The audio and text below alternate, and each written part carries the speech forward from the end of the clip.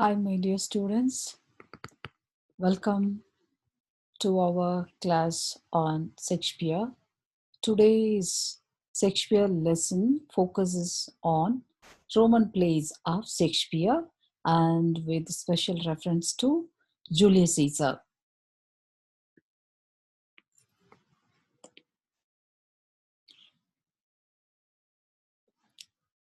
Roman plays. In the introduction, the category of Shakespeare's Roman plays is Shakespeare set in ancient Rome. Roman plays have in common is that they are all set in ancient Rome and that their source is the Roman historian Plutarch's, which is translated by the Renaissance English translator Sir Thomas North. The plays generally called Roman plays. What are those plays? They are Antony and Cleopatra, Coriolanus, Julius Caesar, and Titus Andronicus. Antony and Cleopatra is often regarded as a tragedy and the tragedy which concerns two lovers. Shall we move into the play Julius Caesar?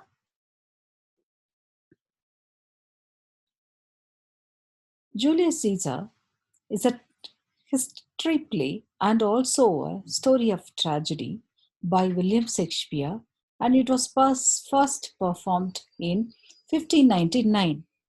It is one of the several plays written by Shakespeare based on true events from Roman history. Julius Caesar is concentrated on the city of Rome. Each of these plays is profoundly concerned with political action, with the relation between the political and the personal. In Julius Caesar, Shakespeare gives an account of the Roman general Julius Caesar's murder by his friend Brutus. So, before we move into the story, it is very important to know about the characters of the play Julius Caesar.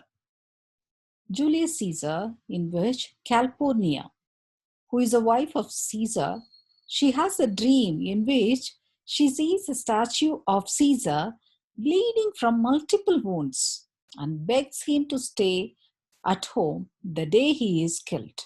Caesar ignores her advice and he goes to the Senate house anyway. That is about Calpurnia. And Marcus Brutus, he is a noble Roman opposed to Caesar. He is an idealist who upholds honor above everything else. Brutus only agrees to kill Caesar after becoming convinced that it is necessary for a Roman republic. He dies on the battlefield by impaling himself on his own sword. And Portia is wife of Brutus. She proves courage, strength by stabbing her thigh with a dagger in order to force Brutus to tell her about the plot to kill Caesar. She kills herself by swallowing hot coals from the fire after Mark Antony and Octavius assume power in Rome. And Lucius is a servant to Brutus. And Caius Cassius is a man opposed to Caesar. He assembles the conspirators and who is the man who convinces Brutus to kill Caesar. He commits suicide at the Battle of Philippi after falsely thinking his army has been defeated. Casca is a man who is opposed to Caesar.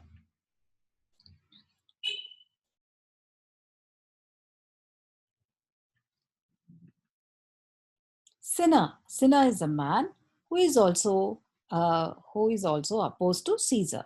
And Caius Ligarius is a man who is also an opponent for Caesar. Mark Antony, the important character after Brutus, a ruler of Rome after Caesar's death. Antony is Caesar's friend from the beginning, and he gives a rousing speech to the masses which causes Riots in Rome. Brutus and Cassius are chased out of the city in the ensuing chaos, and Antony forms a second triumvirate with Octavius and Lepidus. Octavius Caesar is a ruler of Rome. After Caesar's death, Octavius is a younger general who joins the second triumvirate. He and Antony fight against Brutus and Cassius. He historically becomes the future emperor of Rome. And Tribonius is a man who is also against Caesar. And Decius Brutus, who is also opposed to Caesar, he misinterprets Calpurnia's dream in order to convince Caesar to go to the Senate house on the ideas of march. And Metellus Cimber is also opposed to Caesar. There are so many opponents for Caesar. And he is, after Caesar's death, he also takes a position. Octavius is a young general who joins the second triumvirate. He and Antony fight against Brutus and Cassius. He historically becomes the future emperor of Rome. And Flavius is a tribune of the people. He is removed from the office after derobing the statues of Caesar. Murulus, also a tribune of the people, he is removed from office after derobing of statues of Caesar. Cicero is a senator. He tells Casca that men construe omens the way they want to. He is later killed by Antony and Octavius when they purge the Senate. And Publius is also a senator. Popilius Lena, a senator and a soothsayer, and a man who tells Caesar to beware of Ideas March, but Caesar ignored that. Artemidorus is a man who tries to give Caesar a letter in which he describes the plot against him. Caesar ignores that letter too. Cinna the poet, a poet who is beaten and possibly killed because he has the same name as one of the conspirators. Next one is Pindarus, a bondsman to Cassius. Titinius, an officer in Cassius' army.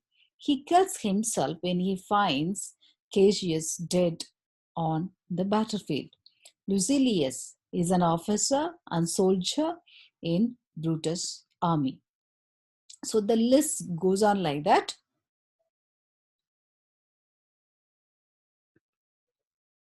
Let us move into the summary of Julius Caesar.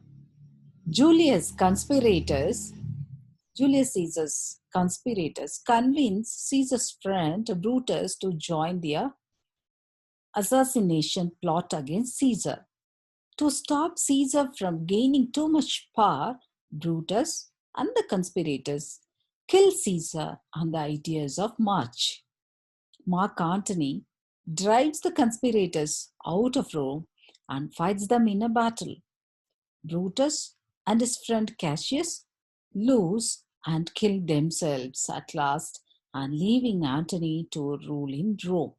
This is the brief summary of the entire play Julius Caesar.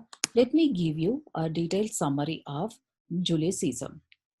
Two tribune, Flavius Murelius, find scores of Roman citizens wandering the streets, neglecting their work in order to watch Julius Caesar's triumphal parade. Caesar has defeated the sons of the deceased Roman general Pompey, his arch rival in battle. The tribunes scold the citizens for abandoning their duties and remove decorations from Caesar's statues.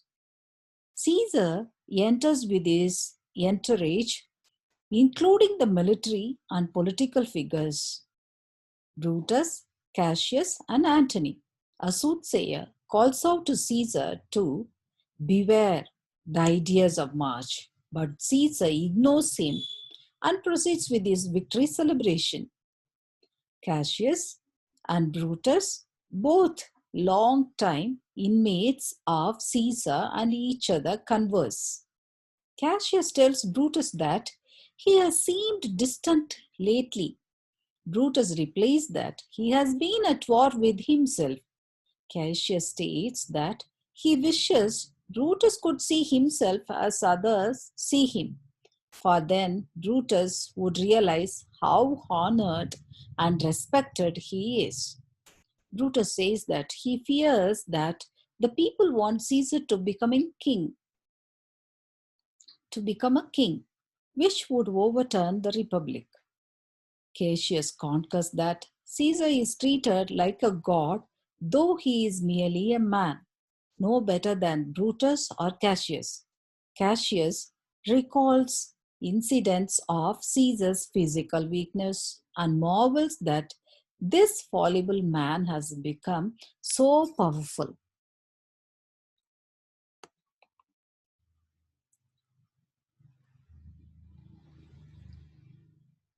He blames him and Brutus's lack of will for allowing Caesar's rise to power. Surely the rise of such a man cannot be the work of fate. Brutus considers Cassius' words as Caesar's returns. Upon seeing Cassius, Caesar tells Antony that he deeply distrusts Cassius. Caesar departs. Another politician, Casca, tells Brutus and Cassius that during the celebration, Antony offered the crown to Caesar 3 times, and the people cheered, but Caesar refused it each time. He reports that Caesar then fell to the ground and had some kind of Caesar before the crown. His demonstration of weakness, however, did not alter the plebeians' devotion to him. Brutus goes home to consider Cassius' words regarding Caesar's poor qualifications to rule, while Cassius hatches a plot to draw Brutus into a conspiracy against Caesar.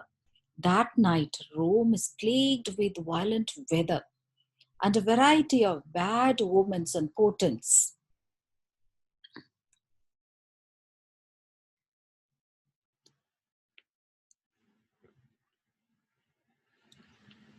Brutus finds letters in his house, apparently written by Roman citizens worried that Caesar has become too powerful. The letters have, in fact, been forged and planted by Cassius, who knows that if Brutus believes it is the people's will, he will support a plot to remove Caesar from power. What a terrific plan of Cassius. A committed supporter of the Republic, Brutus fears the possibility of dictator-led empire, worrying that the populace would lose its voice. Cassius arrives at Brutus' home with his conspirators, and Brutus, who has already been won over by the letters, takes control of the meeting. The men agree to lure Caesar from his house and kill him. Cassius wants to kill Antony too, for Antony will surely try to hinder their plans. But Brutus disagrees, believing that too many deaths will render their plot too bloody and dishonor them. Having agreed to spare Antony,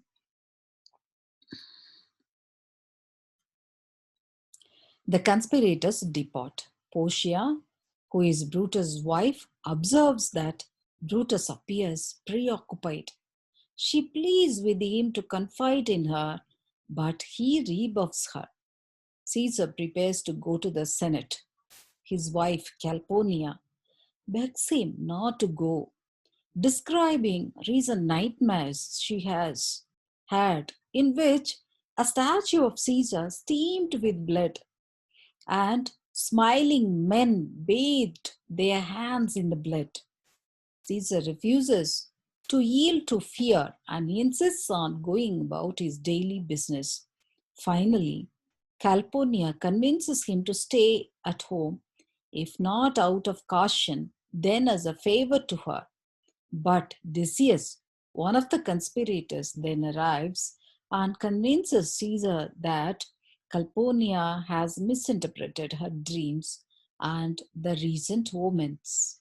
Caesar departs for the Senate in the company of the conspirators. As Caesar proceeds through the streets towards the Senate, the soothsayer again tries, but he fails to get his attention. The citizen Artemidius hands him a letter warning him about the conspirators, but Caesar refuses to read it, saying that his closest personal concerns are his last priority. At the Senate, the conspirators speak to Caesar, bowing at his feet and encircling him. One by one, they stab him to death.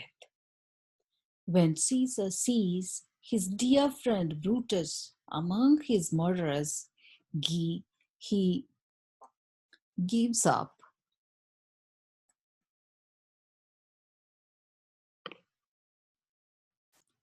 He gives up his struggle and dies. The murderers bathe their hands and swords in Caesar's blood, thus bringing Calpurnia's premonition to fruition.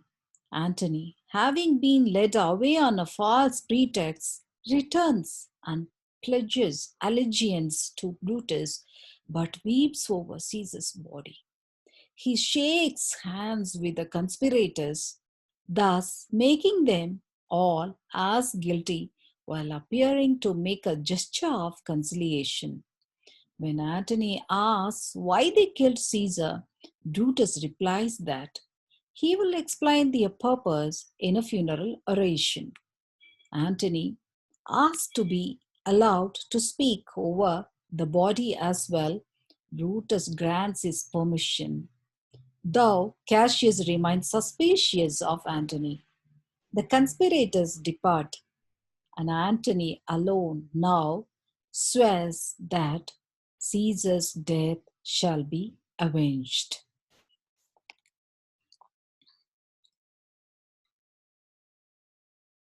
In the meanwhile, Brutus and Cassius go to the forum to speak to the public.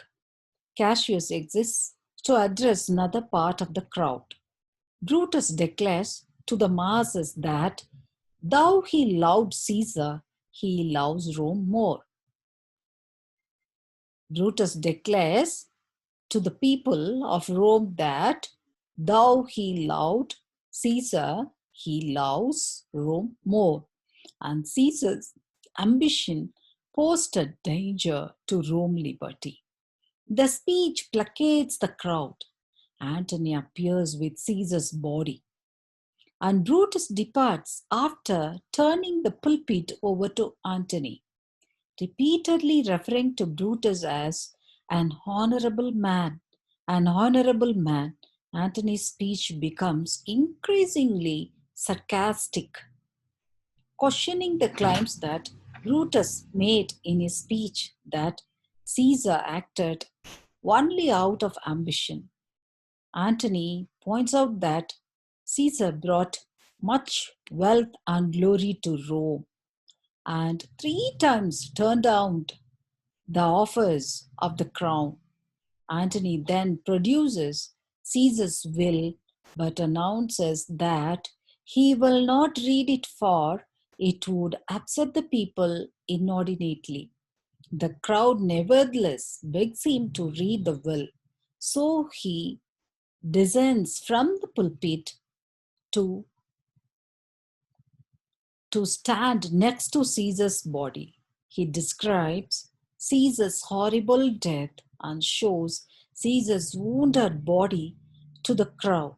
He then reads Caesar's will, which bequeaths a sum of money to every citizen and orders that his private gardens be made public.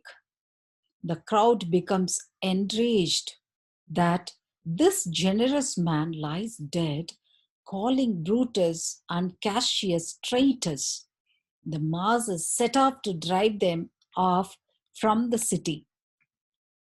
Meanwhile, Caesar's adopted son and appointed successor Octavius arrives in Rome and forms a three-person coalition with Antony Lepidus. They prepare to fight Cassius and Brutus, who have been driven into exile and are raising armies outside the city. At the conspirators' camp, Brutus and Cassius have a heated argument regarding the matters of money and honor, but they ultimately reconcile. Brutus reveals that he is sick with grief, for in his absence, Portia has killed herself. The two continue to prepare for battle with Antony and Octavius. That night, the ghost of Caesar appears to Brutus, announcing that Brutus will meet him again on the battlefield. Octavius and Antony march their army toward Brutus and Cassius. Antony tells Octavius where to attack, but Octavius says that he will make his own orders. He is already asserting his authority at the head of Caesar and the next ruler of Rome. The opposing generals meet on the battlefield and exchange insults before beginning combat.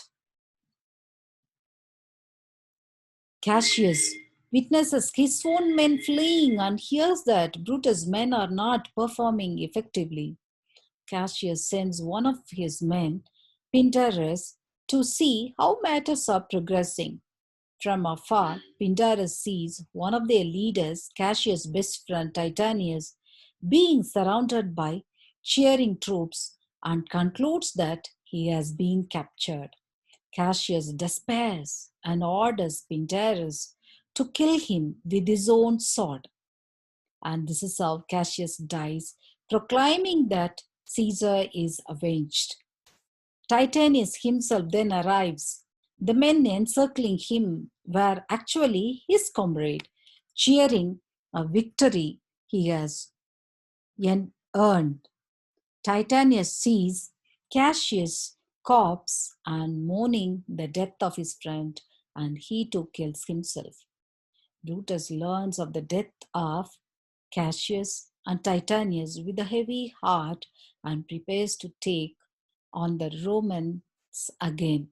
When his army loses, doom appears imminent. Brutus asks one of his men to hold his sword, which he impales himself on it. Finally, Caesar can rest satisfied, he says as he dies. Octavius, Antony arrive on the spot. Antony speaks over Brutus's body, calling him the noblest Roman of all. While the other conspirators acted out of envy and ambition, he observes Brutus genuinely believed that he acted for the benefits of Rome. Octavius orders that Brutus be buried in the most honorable way. The men then depart to celebrate their victory. So, this is how the play Julius Caesar ends. So, Julius Caesar, who was a Roman general who has made a name for himself through his successful campaigning of Northwest Europe, his advantage lay not only in winning battles but also in his popularity among the poorer classes in Rome. He possessed innate talent, charisma, ambition, and luck, which, when combined, allowed his political power to increase. Supporters of traditional form of government realized that men like Caesar posed a serious threat to republic.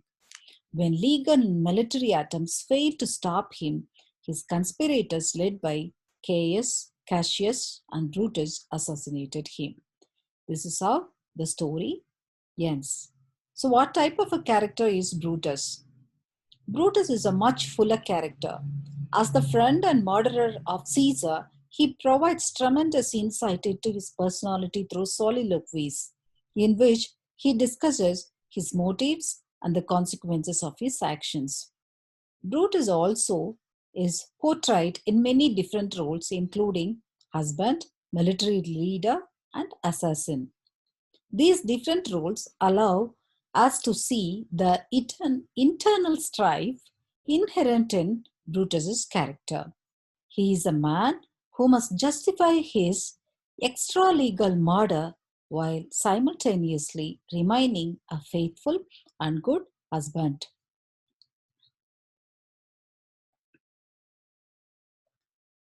And the themes of Julius Caesar. Heroes versus villain is one type of theme which you could notice in the play Julius Caesar. Both Caesar and Brutus are perceived to be heroes as well as villains in Julius Caesar. Our next one is Omens. The seriousness with which Romans look to omens is evident throughout Julius Caesar. Ominous warnings and negative omens are often misinterpreted. Caesar ignores the soothsayer's warning to beware the ideas of March.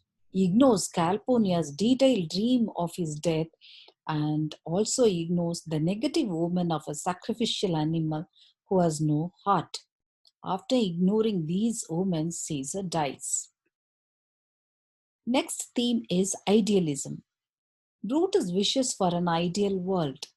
He is happily married, lives in a beautiful home, and is successful according to all the measures of Roman living.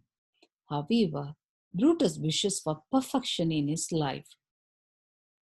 And next themes are identities, both public and private. In Julius Caesar, the audience is able to see both the private and the public sides of Caesar and Brutus. Caesar is a powerful, confident man who leads great armies and effectively rules the Roman Empire. Yet, he is not without weakness. He is highly superstitious and suffers from epilepsy and ultimately proves to be human when murdered by his own closest friends. Similarly, Brutus is also strong and refuses to show weakness when in public, whether it be speaking to the plebeians or leading an army into battle. Next theme is ambition and conflict. Caesar is a great man and also an ambitious man. His ambition is what worries Brutus and ultimately which leads to Brutus joining the conspiracy to murder Caesar. Cassius is also a very ambitious man because he is so jealous of Caesar's power and wishes to kill him to gain power for himself. And next theme is power of speech. The power of speech is incredible. How it changes the mob, the mass. Speech plays a very important role in the plot developments of Julius Caesar. The plebeians are easily swayed into greatly opposing viewpoints through the speech of Brutus and also Antony's speech, which is very famous and also sarcastic. Antony's great manipulation of the crowd causes anarchy in the streets of Rome and creates a support for a mission to avenge Caesar's death. That is the power of speech. Women and wives. Calpurnia and Portia are full characters in their own right. They function primarily not as sympathetic personalities or sources of insight or poetry, but rather as symbols for the private and domestic realm. Both women plead with their husbands to be more aware of their private needs and feelings. And storms is another symbol. Animals and insects also uh, played a significant role. A lion is used, the image of lion is used several times in the play to signify various omens. In Act 1, Scene 3, Cassius describes Caesar as a destructive storm and as a roaring lion in the capital. Both symbols represent as dangerous ruler. Supernatural elements also played a vital role in Julius Caesar. The ghost of Caesar materialized once in Act 4, Scene 3, and is mentioned by Brutus. And its brief appearance when Brutus is exhausted and everyone else is asleep almost seems like a figment of Brutus' imagination. A symbol of Brutus' guilt and of revenge for Caesar's murder, the ghost also foreshadows the military blunders that will lead to Brutus's downfall the following day. So, when we are talking about the supernatural elements, I would like to speak few more references for supernatural elements in Julius Caesar. It is in Julius Caesar that the supernatural element is very much in evidence. Julius Caesar himself is seen as a believer in superstition. He calls Calpurnia to touch the garment of Antony when he is running in the race of the Lupercal. Calpurnia was barren, and Caesar believed that the touching the garment of a Lupercal runner would lead to her fertility. The events of the night before the assassination of Caesar are piled with horror upon horror of the supernatural. The tempest drops fire on the streets of Rome. A lion glares upon Casca and stalks away without harming him. A slave is seen with his hand flaming, but his hand is unhurt. Even more bizarre and horrible incidents pile up, striking horror in the hearts of the people as if you are reading a Gothic story. Calpurnia's dream is itself a compendium of superstitions. She also remarks, when beggars die, there are no comets seen. The heaven themselves blaze forth the death of a princess. The dream is also highly significant and foreboding the future. Julius Caesar himself calls upon the priests to offer sacrifice and watch the omens. The priests examine the sacrificial animal after it was cut open. They found the heart was missing and thought it is a very bad omen. The plausible explanation given to Calpurnia's dream by Brutus shows how much the Romans believed in superstitions. In fact, the various elements of supernatural gives a Roman atmosphere to the play. They serve to anticipate what is to come and to create the impression of an inexorable fate. Even Cassius and Brutus appeared cowed by the women seen on their march to Philippi. The ghost of Caesar, seen twice by Brutus alone, is not only a hallucination brought about by Brutus' sense of impending doom, but also a symbol of continuing power of Julius Caesar even after his death. So, this is how we can interpret supernatural elements in the play Julius Caesar. And one more symbol are omens. The presence of omens and prophecies in Julius Caesar represents the mysterious underlying forces at work beneath human behavior and historical events. The omens lend an air of the supernatural to the cold political machinery of Rome. From the soothsayer's warning to the meteor shower On the eve of Caesar's assassination, to the carrion birds that presage Cassius' defeat in battle, major events in the play seem inevitable. So these are the symbols, themes, various themes we could observe in the play Julius Caesar. So shall we have a recap? So first we have seen the characters of the play Julius Caesar and then summary of the play Julius Caesar, and also we have seen various themes employed in this play Julius Caesar, and also the symbolic representation of omens, animals, supernatural elements which are abundant in this play and which give a feeling of reading a Gothic story. And so what kind of interpretation it could give, so that also we have seen. So as we have come to the end of this presentation, I would like to uh, wish you have a happy learning, and let the learning continues. And I hope that this lesson on Julius Caesar is a very interesting and fruitful one, and you have enjoyed it to the core. Thank you so much for watching this video, and keep watching. Thank you, one and all.